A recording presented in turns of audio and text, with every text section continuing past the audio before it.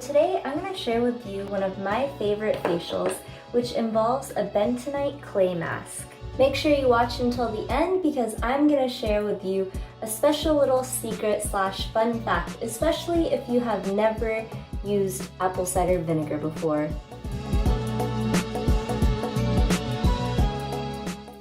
Let's quickly go through a couple of benefits of this little mask we're going to put on our faces. One of them is that it purifies your pores by pulling out pollutants and detoxifying the skin. It's also going to absorb excessive oil. It'll clarify and gently exfoliate your skin. On top of that, it's going to infuse it with some minerals, allegedly from this volcanic ash.